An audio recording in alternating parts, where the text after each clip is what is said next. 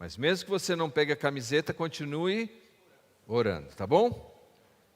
Cartunista norte-americano Scott Adams, ele disse algo bastante interessante sobre sucesso e sobre a vida. Ele disse assim: cada habilidade que você adquire duplica sua chance de sucesso. Cada habilidade que você adquire duplica sua chance de sucesso. Pergunta para você: quais são as habilidades que você acredita que são fundamentais para que alguém seja bem-sucedido na vida? Na sua opinião, que tipo de habilidade a pessoa deve adquirir, desenvolver, conseguir, aprender para que ela seja bem-sucedida na vida? Todos nós temos alguma opinião. A nossa jornada, a nossa caminhada, olha, eu acredito que seja isso. Disciplina, ótimo, ótimo. É uma boa essa. Há uma organização, Melissa, chamada Mind Making. Eles fizeram uma pesquisa, eles elencaram 3 disciplinas que são fundamentais para a pessoa ser bem-sucedida. Primeiro, foco. A pesquisa deles mostrou o seguinte, que hoje em dia eu e você somos inundados por informação, por todo tipo de distração. É difícil manter o foco, mas para que você possa tirar o melhor proveito dos conteúdos que você recebe, para que você possa se desenvolver na vida, você precisa ter foco. E é fácil perder o foco. Agora mesmo, aí onde você está, é fácil perder o foco. É ou não é? Mas além disso, eles pesquisando chegaram à conclusão de que uma outra habilidade extremamente importante é a habilidade da perspectiva. Perspectiva seria conseguir olhar as situações da vida, ou as coisas que estão à sua volta, a partir da perspectiva do outro. E quem consegue olhar uma situação a partir da perspectiva do outro, e entender o sentimento do outro, diminui a rota de conflito na vida.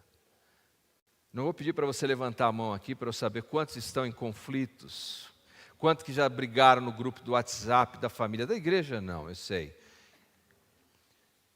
Mas quando nós aprendemos essa habilidade da perspectiva, nós diminuímos a rota de conflito. E terceiro, comunicação. Essa habilidade da comunicação é a capacidade de escrever, ler e entender, mas é mais que isso. É a capacidade de você conseguir traduzir o que você deseja para outra pessoa te entender. E conseguir receber e entender o que a outra pessoa está te dizendo. Comunicação. Essas 3. Eu creio que se os discípulos, os primeiros discípulos de Jesus, aqueles que se tornaram apóstolos, se eles estivessem hoje aqui, eu perguntasse para eles, das 3, qual eles consideram a mais destacada e talvez a mais importante, eu arrisco dizer que eles diriam comunicação. Mas não só comunicação uns com os outros, mas comunicação com Deus. E por que eu cheguei a essa conclusão? Abra sua Bíblia, por favor, no Evangelho segundo Lucas. Evangelista Lucas, o único autor do Novo Testamento, que escreve um evangelho inteiro e não é judeu, e nos conta a vida de Jesus. E aqui o que ele nos diz no capítulo 11, a partir do versículo 1, nós vamos ler até o versículo 4. Lucas 11, de 1 a 4. Se você encontrou, diga um vigoroso amém. Se não encontrou, fique tranquilo, eu vou ler. De uma feita, estava Jesus orando em certo lugar, e quando terminou, um dos seus discípulos lhe pediu: Senhor, ensina-nos a orar, como também João ensinou aos seus discípulos. Então ele os ensinou: quando orardes, dizei: Pai, santificado seja o teu nome. Venha o teu reino. O pão nosso cotidiano dá-nos de dia em dia. Perdoa-nos os nossos pecados, pois também nós perdoamos a todos os que nos devem. E não nos deixes cair em tentação. Esse texto, inspirado, registrado por Lucas, me faz pensar que a comunicação com Deus era a habilidade mais importante que eles queriam cultivar. Por quê?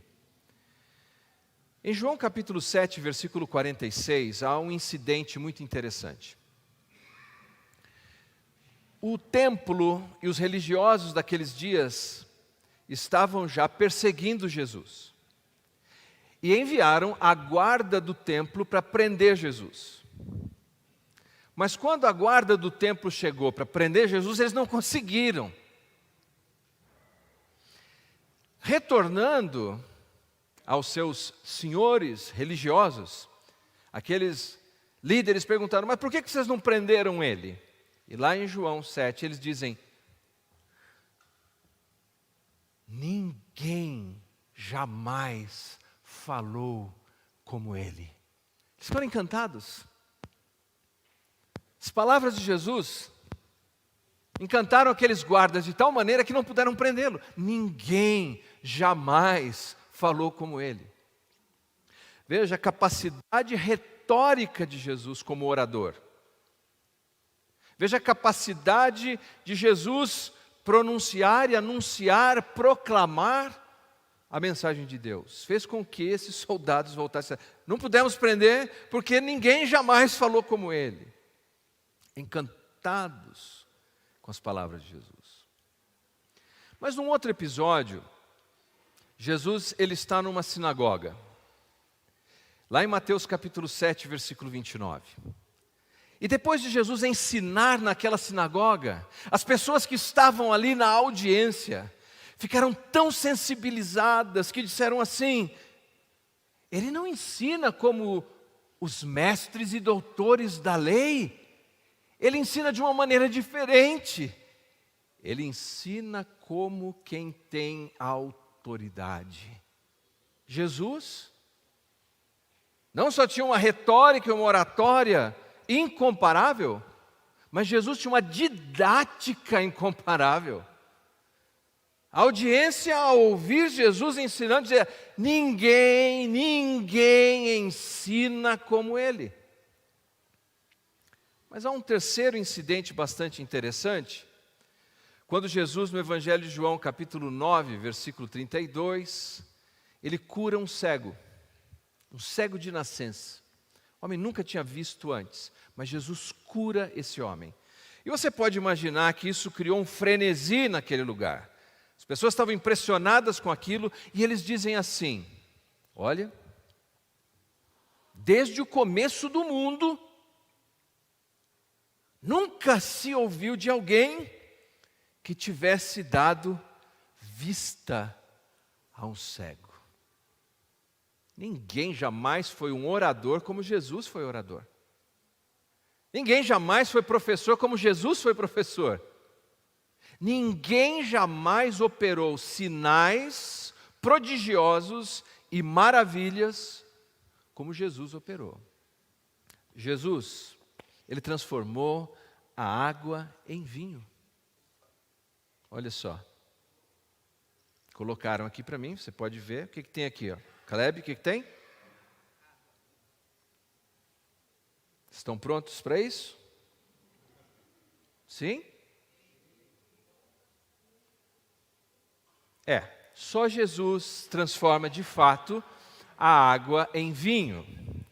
Tem gente que faz umas micagens por aí, mas transformar as moléculas da água em vinho, só Jesus. Somente Jesus fez maravilhas tão grandes como andar seguramente sobre as águas. Pedro deu uns passinhos, mas andar seguramente sobre as águas, somente Jesus. Repreender as tempestades, somente Jesus. Domesticar endemoniados, exorcizando demônios terríveis, com aquela intensidade que todos tinham medo, Jesus. Apesar de todas essas habilidades, Quando os discípulos observavam Jesus, esses discípulos que andavam com ele, que sentavam com ele à mesa, que partiam o pão com ele, que subiam colinas, desciam vales, andavam com ele pelas planícies, esses discípulos olharam para Jesus e existia uma habilidade, existia uma coisa na vida de Jesus que chamava a atenção deles, como se fosse a raiz de uma planta, que capta os nutrientes necessários, e os sinais, as maravilhas, a oratória, a retórica, a didática, era fruto desse enraizamento de Jesus com seu Pai. E Lucas nos diz qual era. Tendo Jesus terminado de orar, os discípulos disseram: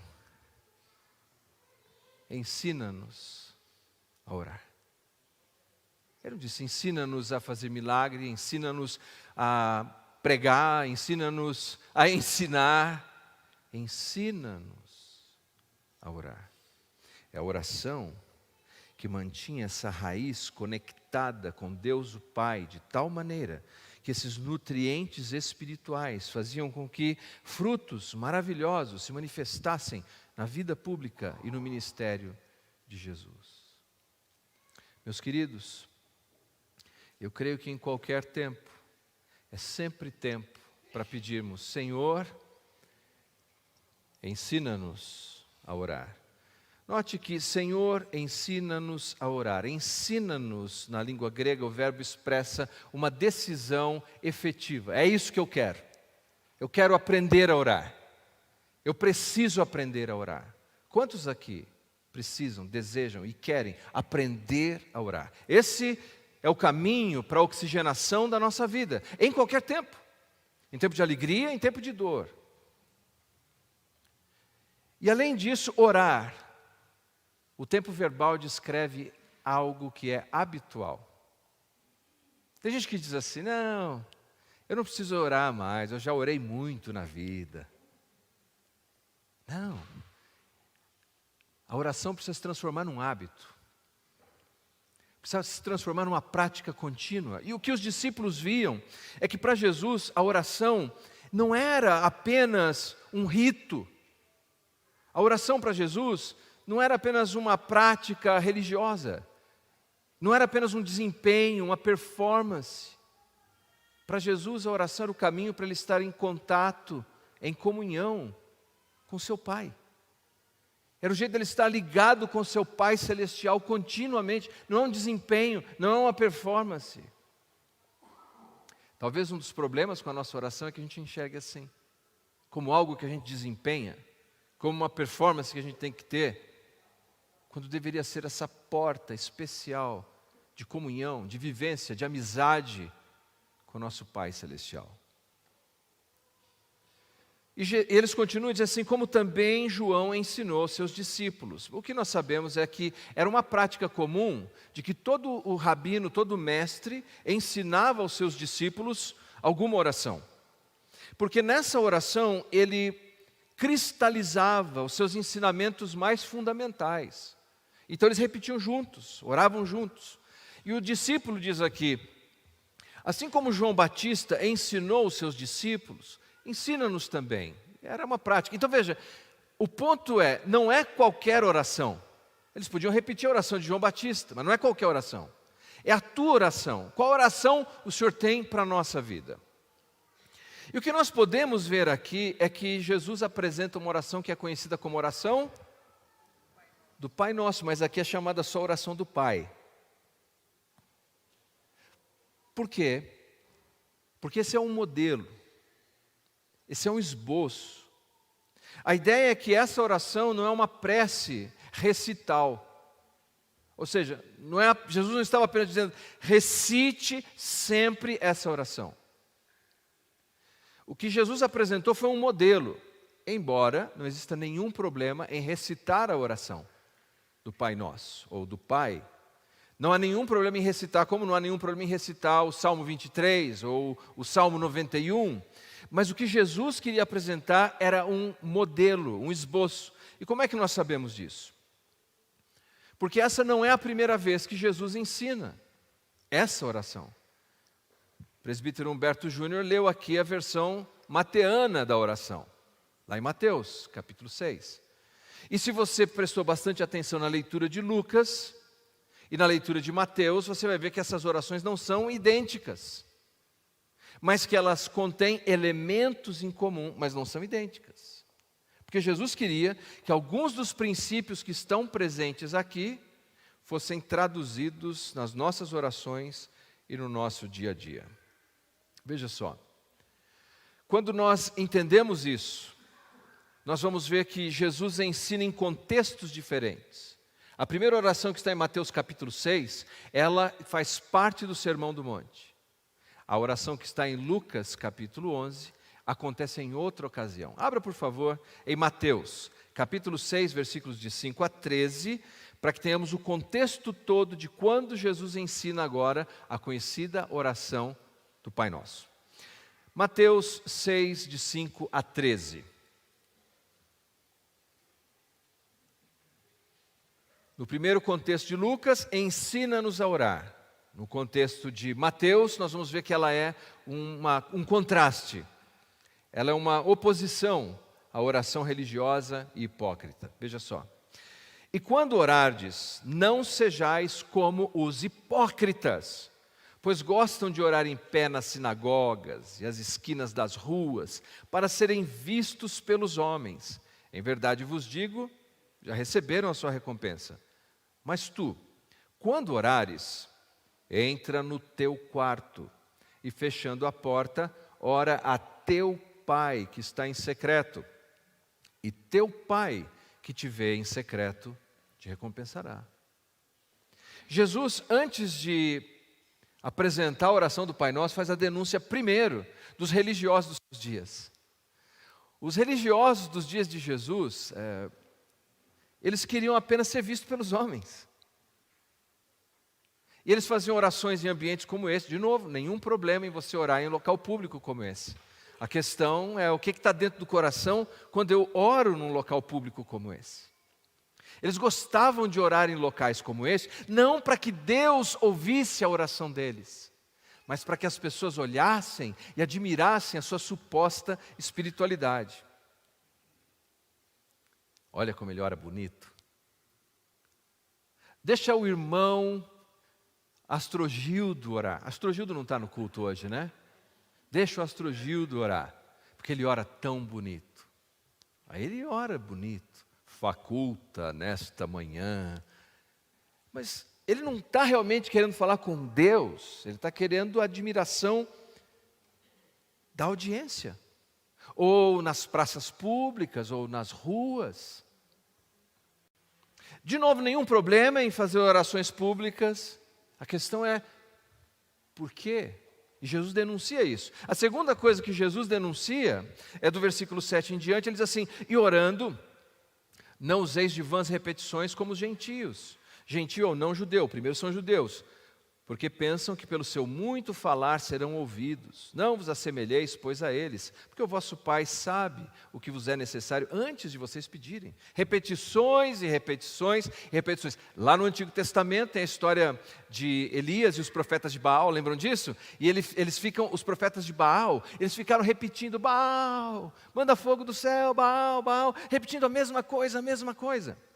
Lá no livro de Atos, quando Paulo ele prega o evangelho, as pessoas se convertem da deusa Diana para Cristo, eles ficam repetindo: grande é Diana dos Efésios, repetindo, repetindo, repetindo, como se fosse um mantra sem pé e sem cabeça. Jesus disse o seguinte, antes de ensinar essa oração, ele denunciou a hipocrisia religiosa. Nós não oramos porque queremos parecer super crentes. E nós não ficamos repetindo como se fôssemos pagãos, como se por palavras mágicas supersticiosas pudéssemos torcer o braço de Deus e obrigar o Deus Todo-Poderoso a alguma coisa. Não podemos.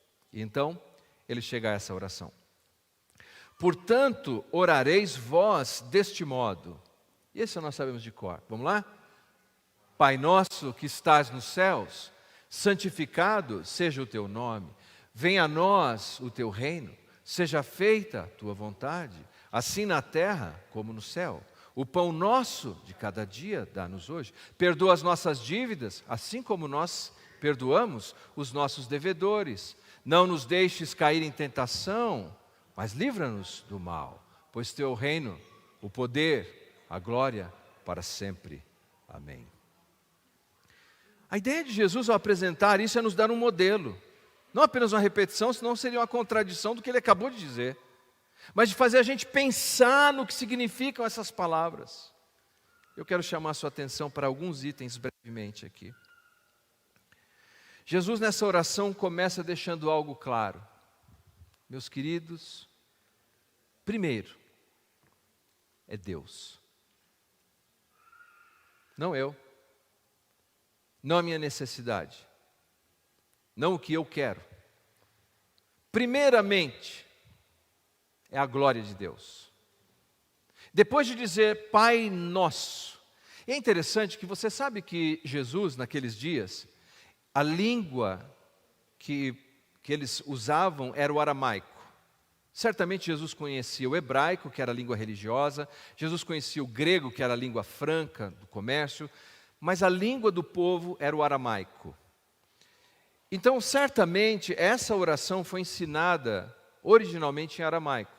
E a palavra escolhida para Jesus, quando ele diz assim, Pai Nosso, é a palavra Abba, que é papaizinho.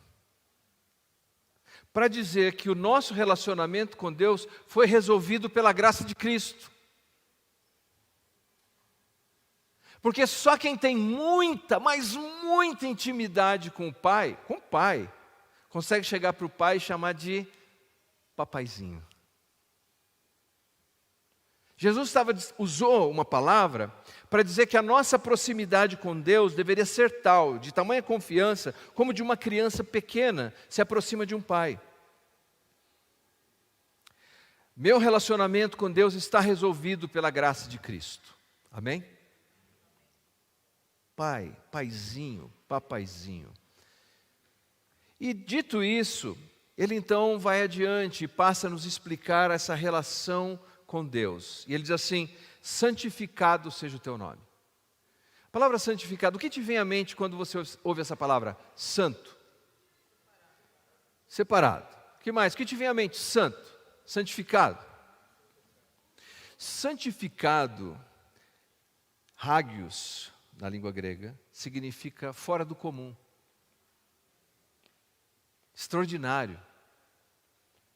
Jesus está dizendo assim, quando você orar, pense em Deus e no nome de Deus e diga, extraordinário seja o seu nome, santificado seja o seu nome, fora do comum seja o seu nome.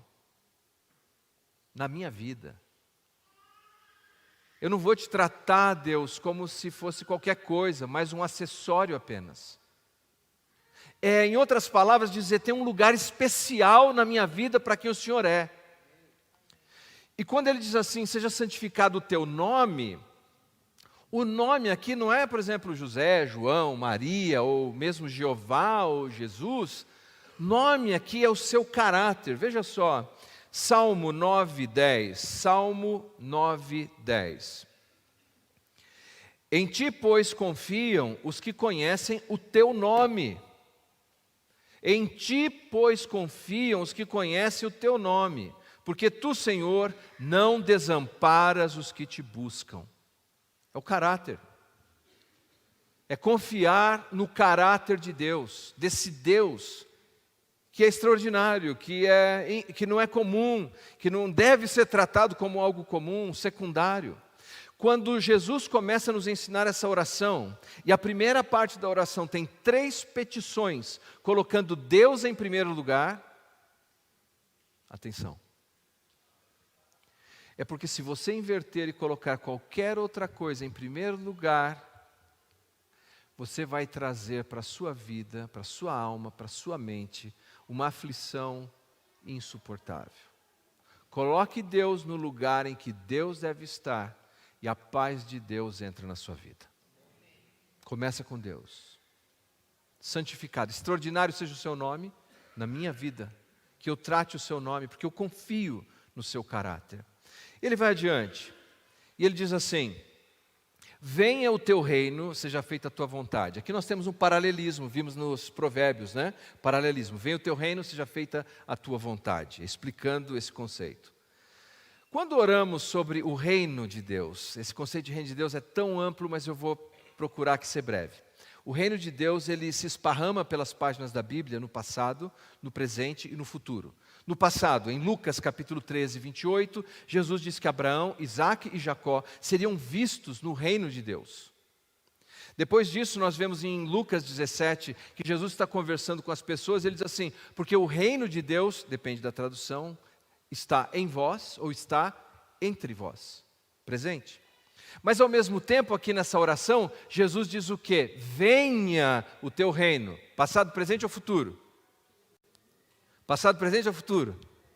Futuro. Então veja, o reino de Deus já se manifesta no passado, presente e futuro. Porque venha o teu reino, seja feita a tua vontade. Primeiro, todas as vezes que alguém, uma pessoa, um indivíduo, deseja a vontade de Deus ardentemente, o reino de Deus se manifesta nele para ele. Desde o advento de Cristo, porque Cristo é o regente do reino, ele dizia, está aqui o reino de Deus. O reino de Deus está perto de vocês. E quando quantos aqui desejam a vontade de Deus? Você deseja a vontade de Deus? Se você deseja a vontade de Deus, você pode experimentar já as glórias do reino de Deus. Não que o reino de Deus esteja manifesto historicamente aqui, mas você pode experimentar. Quando eu e Julie morávamos fora, eu me lembro que nós tínhamos muitos amigos, professores que me davam aula, americanos, e de vez em quando nós fazíamos em casa uma noite brasileira.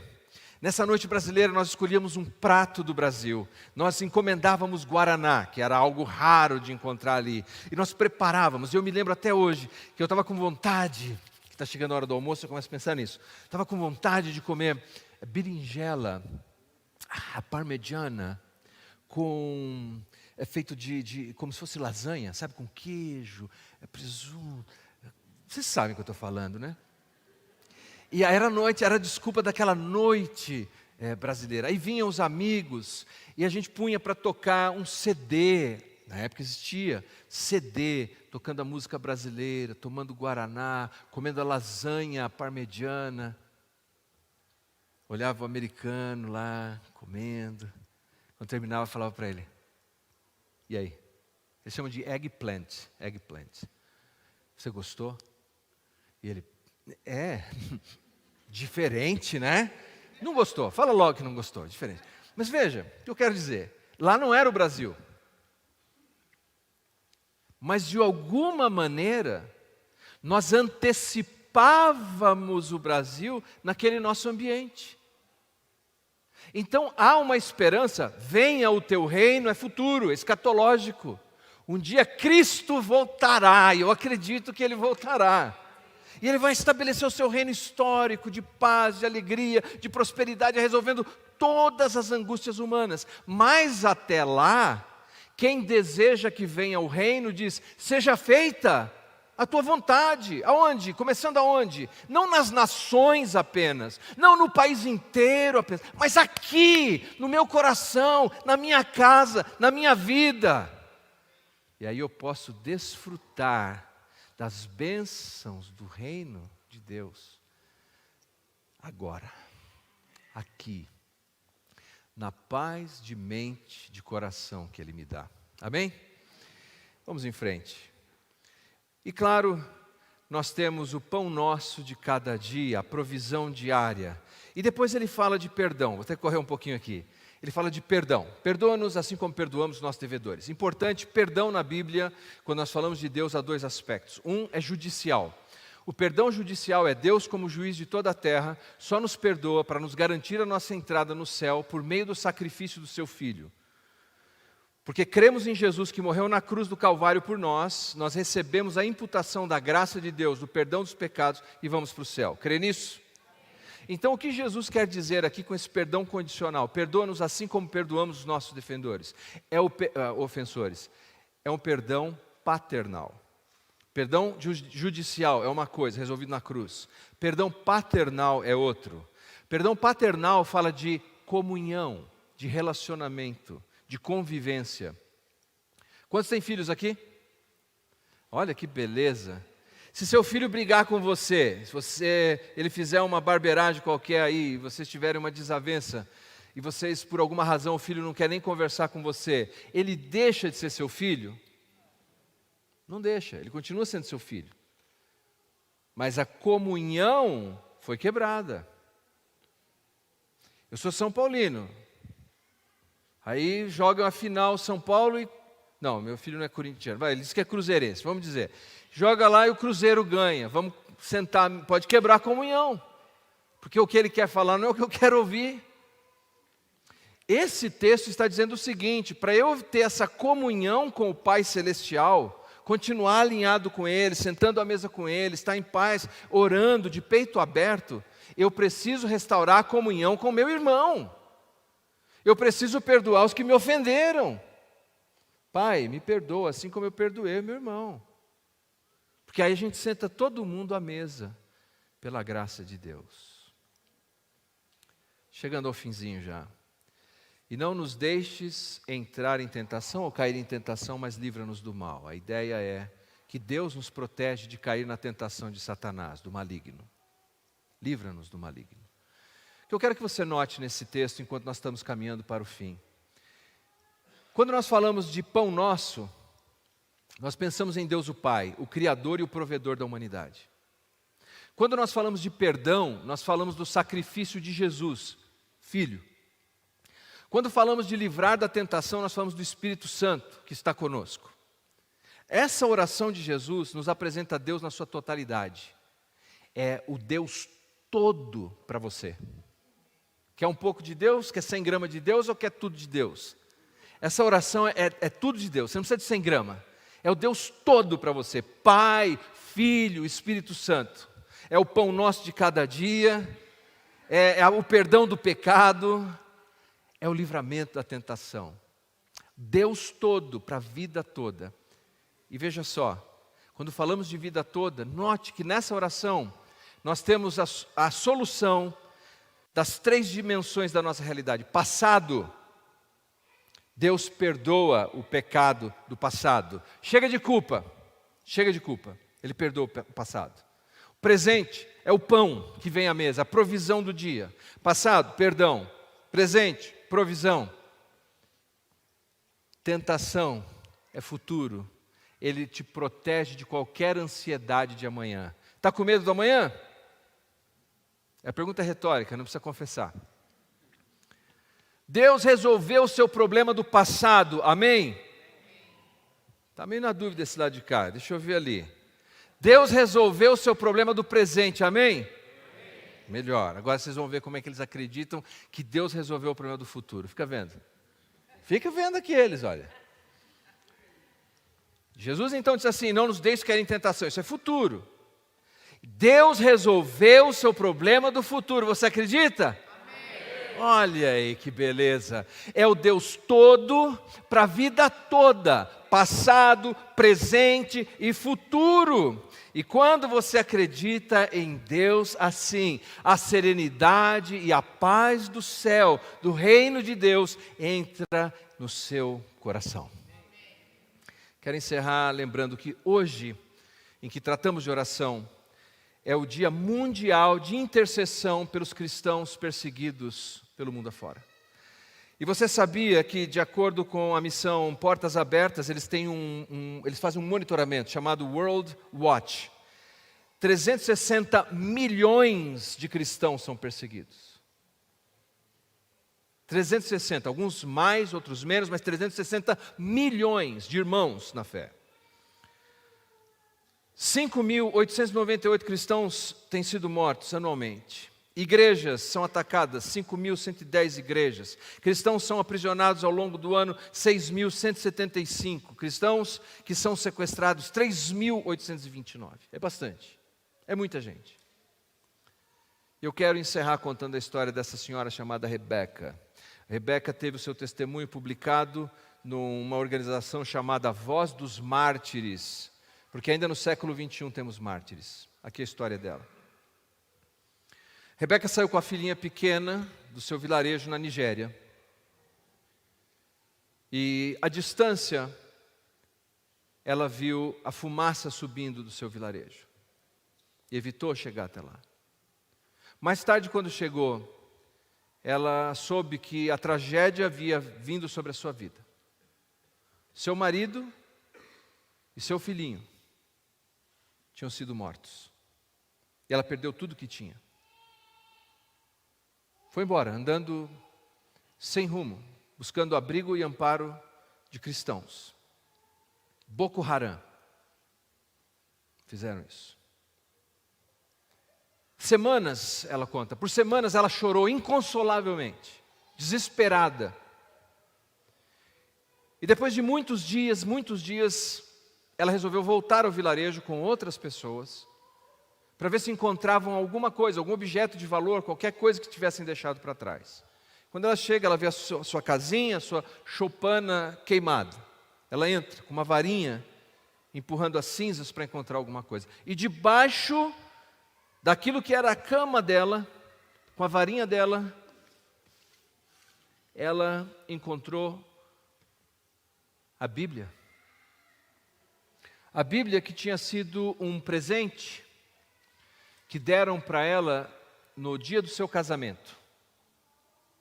Gênesis estava praticamente destruído, Apocalipse praticamente destruído, mas o restante da Bíblia estava bem. Minha pergunta para você agora é: se você tivesse perdido o que ela perdeu, e você encontrasse a Bíblia, o que você diria para Deus? Ela apanhou a Bíblia e disse: Senhor, eu te agradeço pela sua fidelidade.